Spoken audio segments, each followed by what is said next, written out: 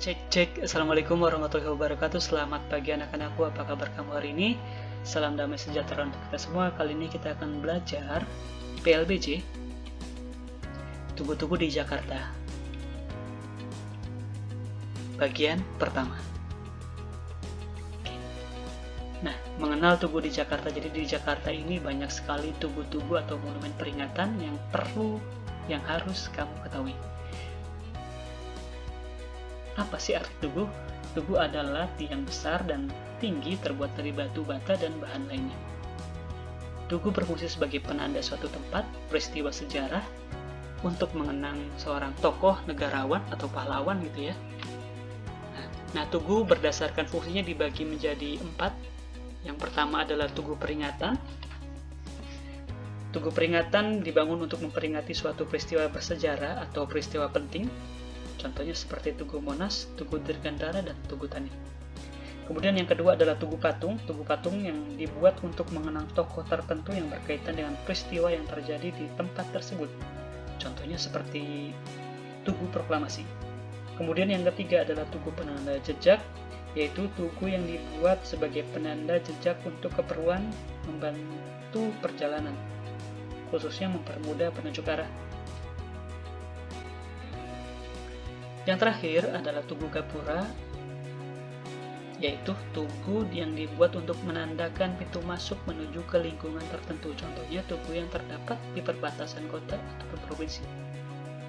Seperti itu. Nah, karena di Jakarta ini banyak sekali peristiwa bersejarah, jadi tidak heran kalau di Jakarta banyak sekali tugu-tugu berseliweran di mana-mana. Nah, lanjut ke materi selanjutnya ya. Jadi tugu di Jakarta dibangun untuk mengenang peristiwa bersejarah, mengenang para pahlawan atau peristiwa penting. Nah, tujuannya dibangun sebuah tugu itu untuk menumbuhkan rasa patriotisme, nasionalisme, cinta tanah air ya. Kemudian untuk menghargai jasa para tokoh ataupun pahlawan. Tugu pertama yang kita bahas adalah Tugu Monumen Nasional atau Monas. Monas terinspirasi dari Menara Eiffel yang ada di Paris, Prancis. Paris Prancis beneran ya, bukan perapatan Ciamis. Jadi Soekarno terinspirasi dari Menara Eiffel. Kemudian desain atau rancangannya dibuat oleh Frederick Silaba, yang rancangannya dianggap menggambarkan karakter bangsa Indonesia. Namun dalam pelaksanaannya, proses pembangunan Monas sempat tertunda karena terjadi krisis di tahun 1961, kemudian dilanjutkan oleh Raden Mas Sudarsono untuk pembangunannya. Nah, Tugu Monumen Nasional sendiri awalnya itu bernama Tugu Peringatan Nasional. Kemudian diubah menjadi Tugu Monumen Nasional atau disebut Monas. Nah, ini tampak gambar Monas pada malam hari ya. Cakep banget sih. Lanjut, Tugu Dirgantara atau yang sering kita sebut dengan Tugu Pancoran. Nah, Tugu Pancoran ini dibuat untuk peringatan bagi TNI Angkatan Udara yang dibangun pada tahun 1964 sampai 1965, 1 tahun. Kemudian Edi Sunarso diminta untuk merancang Tugu Pancoran. Tugu Dirgantara atau Tugu Pancoran datang. Tugu Dirgantara atau Tugu Pancoran terbuat dari perunggu yang dicor dengan berat 11 ton, tinggi 39 meter. Ada tipe ya nak?